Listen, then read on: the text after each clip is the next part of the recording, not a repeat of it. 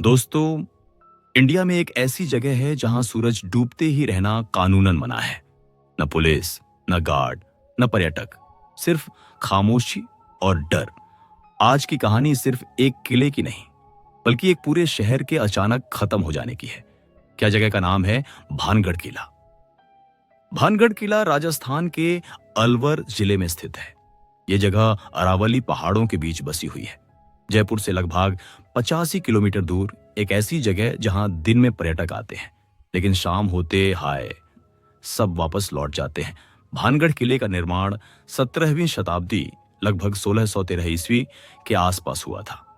इस किले को बनवाया था राजा माधो सिंह ने, जो अंबर के मशहूर शासक राजा मान सिंह के छोटे भाई थे।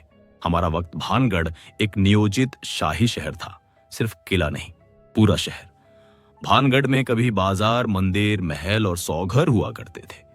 लोग यहाँ खुशी से रहते थे, व्यापार होता था, शादी ब्याह, त्योहार, सब कुछ सामान्य था।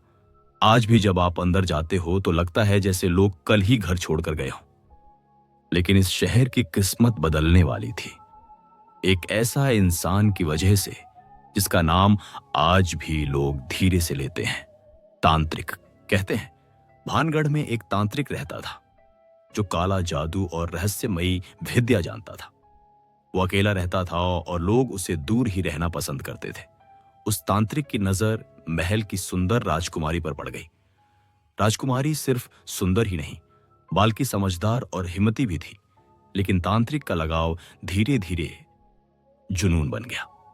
तांत्रिक जानता था कि राजकुमारी कभी अपना काम नहीं कर पाती, इसलिए उसने काला जादू का सहारा लेने का फैसला किया। एक दिन जब राजकुमारी महल के बाहर से गुजर रही थी, तांत्रिक ने एक सुगंध तेल पर जादू कर दिया। उसका इरादा था कि जैसी ही राजकुमारी हमें तेल लगाएगी, वो तांत्रिक के वश में आ जाएगी। लेकिन राजकुमारी कोई आम लड़की नहीं थी। जैसे ही उसने तेल को देखा, उसे कुछ अजीब सा महसूस हुआ। उसने तुरंत समझ लिया कि इसमें कुछ गलत है। राजकुमारी ने तेल को जमीन पर फेंक दिया। कहते हैं तेल जैसा ही जमीन पर गिरा, वो फिसला हुआ सीधा तांत्रिक की तरफ चला गया और उसका जादू उसी पर लौट आया। तांत्रिक बुरी तरह घबरा गया। उसके शरीर पर जादू का असर होने लगा। गिरते हुए उसने पूरे शहर को देखकर कहा, भानगढ़ कभी आबाद नहीं रहेगा। जो भी यहां रहेगा वो चैन से नहीं जी पाएगा। ये कहते ही तांत्रिक जमीन पर गिर पड़ा। उस रात के बाद भानगढ़ बदलने लगा। लोगों को बिना वजह घबराहट होने लगी। रात को लोग कहते थे कि उन्हें किसी के चलने की आवाज सुनाई देती है। कभी कभी महल के पास से हल्की सी हंसी या धीमी आवाज आती थी। धीरे धीरे बीमारी और बदनसीबी बढ़ने लगी। कुछ लोगों ने कहा कि रात के वक्त उन्हें एक परछाई देखी, जो कभी बाजार में घूमती थी, कभी महल के पास खड़ी रहती थी। कहते हैं वो परछाई तांत्रिक की ही होती थी, जो अपने श्राप के बाद भी भानगढ़ को छोड़ नहीं सकता। डर के मारे लोग अपना घर बार छोड़कर शहर से चले गए। किसी ने पीछे मुड़कर नहीं देखा और भानगढ़ धीरे धीरे एक जिंदा शहर से खामोश खंडहर बन गया। आज भी जब सूरज डूबता है, भानगढ़ में अजीब सी ठंडक फैल हो जाती है। हवा चलती है तो लगता है जैसे कोई धीरे से फुसफुसा रहा हो। इसलिए कहते हैं भानगढ़ किला सिर्फ एक जगह नहीं, बल्कि तांत्रिक के श्राप की जिंदा याद है। एक और कहानी कहती है कि भानगढ़ के पास हनुमान जी का मंदिर है। कहते हैं जब भानगढ़ का निर्माण हुआ था, तब राज्य के पंडितों ने एक नियम बनाया था, महल या कोई भी इमारत इतनी ऊंची नहीं बनेगी कि उसकी परछाई शाम के समय हनुमान मंदिर पर पड़े। यह नियम सिर्फ वास्तु का नहीं, बल्कि आध्यात्मिक सुरक्षा का भी था। इसलिए शुरू के सालों तक शहर बिल्कुल शांत और सुरक्षित रहा। समय बीत गया, राज्य बढ़ता गया, शहर फैलता गया, नए महल बने, पुराने महल ऊंचे किए गए। लोग शायद धीरे धीरे वो नियम भूल जाते हैं, या शायद उन्हें गंभीरता से लेना चाहिए। और फिर एक दिन वो हुआ जिसका डर सबको था। शाम का वक्त था, सूरज धीरे धीरे पहाड़ों के पीछे जा रहा था। लोगों ने देखा कि महल की लंबी परछाई धीरे धीरे सरकती हुई हनुमान मंदिर की सीढ़ियों पर पहुंच गई। उस पल हवा रुक सी गई। मंदिर के आसपास अजीब सी ठंडक महसूस होने लगी।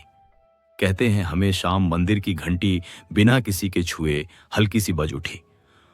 उस रात के बाद भानगढ़ का महल बदलने लगा। लोग रात को बेचैन रहने लगे।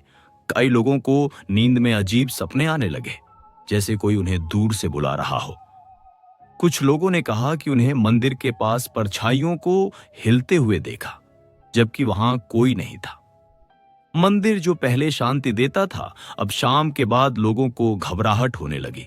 रात के वक्त जब हवा चलती तो ऐसा लगता जैसे मंदिर के पास कोई धीरे धीरे फुसफुसा रहा हो। कुछ लोग कहते हैं उनको मंदिर के दरवाजे के पास कदमों की आवाज सुनी, पर जब देखने गए तो वहां सिर्फ अंधेरा था। धीरे धीरे भानगढ़ में मुश्किलें बढ़ने लगीं, फसल सूखने लगी, लोग बीमार पड़ने लगे, घरों में झगड़े होने लगे। लोग कहने लगे कि हनुमान जी की रक्षा रेखा कम हो गई है। जो मंदिर कभी सुरक्षा का प्रतीक था, अब सिर्फ एक याद बनकर रह गया। कहते हैं एक रात कुछ लोगों ने देखा कि मंदिर के पास एक गहरी परछाई खड़ी है जो हिलती नहीं थी, बस मंदिर की तरफ देखती रहती थी। उसके बाद से किसी में इतनी हिम्मत नहीं रही कि शाम के बाद मंदिर के पास जा सके। लोगों ने धीरे धीरे अपना घर छोड़ना शुरू कर दिया। आखिरी कुछ दिनों में भानगढ़ बिल्कुल शांत हो गया।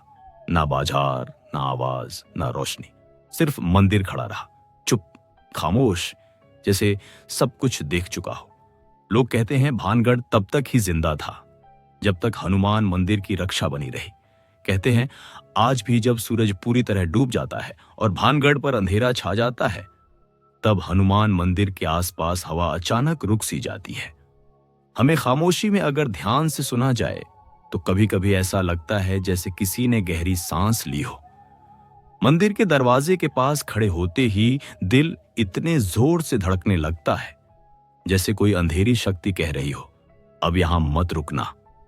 लोग कहते हैं जो लोग शाम के बाद गलती से भी मंदिर के पास रुक गए, उन्हें पूरी रात अजीब बेचैनी और डर महसूस हुआ। सुबह होने पर उन्हें सिर्फ इतना कहा, भानगढ़ रात को जिंदा लगता है। इसी के लिए जब भी अंधेरा होता है, हनुमान मंदिर के साथ पूरा भानगढ़ खामोशी में डूब जाता है, और वो खामोशी सबसे ज्यादा डर देती है। कहते हैं जैसे ही सूरज पूरी तरह डूब जाता है, भानगढ़ का किला सांस लेना शुरू कर देता है। हवा अचानक ठंडी पड़ जाती है और हर कदम पर ऐसा लगता है जैसे कोई पीछे चल रहा हो। दीवारों के बीच खामोशी इतनी गहरी होती है कि अपनी ही धड़कन सुनाई देने लगती है। हमें वक्त अगर कोई रुक कर पीछे मुड़कर देख ले, अक्सर अपनी परछाई भी अपनी नहीं लगती। लोग कहते हैं रात के अंधेरे में किले के अंदर से हल्की सी आवाज आती है, जैसे कोई धीरे से बोल रहा हो, वापस चले जाओ। और जो इस चेतना को नजरअंदाज कर देता है, उसके लिए भानगढ़ सिर्फ एक खंडहर नहीं रहता, बल्कि एक ऐसी याद बन जाता है जो नींद में भी डरती है। इसके लिए कहा जाता है भानगढ़ किले के दिन में सिर्फ देखा जा सकता है, रात को महसूस किया जाता है, और जो इसे महसूस कर ले वो इसे जिंदगी भर नहीं भूलता। और इसी के साथ भानगढ़ की ये कहानी यहीं खत्म होती है। एक ऐसी जगह जहां दीवारें चुप हैं लेकिन राजा बोलते हैं, जहां दिन की रोशनी सब कुछ सामान्य दिखती है और रात का अंधेरा हर सच को डरावना बना देता है। अब सवाल ये है, आपको कौन सी कहानी सच लगती है, तांत्रिक का श्राप या हनुमान मंदिर की टूटी हुई रक्षा रेखा? अपनी राय कमेंट में जरूर देना, क्योंकि आपकी सोच ही इस कहानी को पूरा करती है। और दोस्तों, अगर आप इस चैनल पर नए हो, कृपया सब्सक्राइब करना ना भूलें, क्योंकि मैं ऐसी ही रहस्यमयी और डरावनी कहानियां आपके लिए लाता रहूंगा। मिलता हूं अगली रहस्यमयी वीडियो में। जब तक के लिए अलविदा, और ध्यान रखना, क्योंकि कुछ कहानियां हो सिर्फ सुनी नहीं जाती, महसूस भी जाती है।